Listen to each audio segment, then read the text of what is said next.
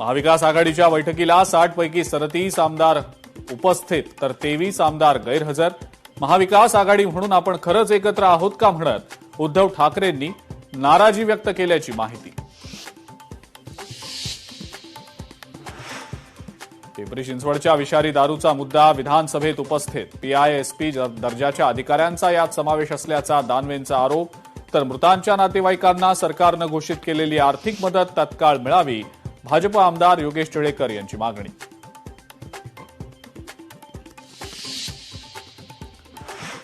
Operation टायगरचे mastermind खासदार doctor Shrikant Shinde. Thackeray सेनेला खिंडार पाडण्या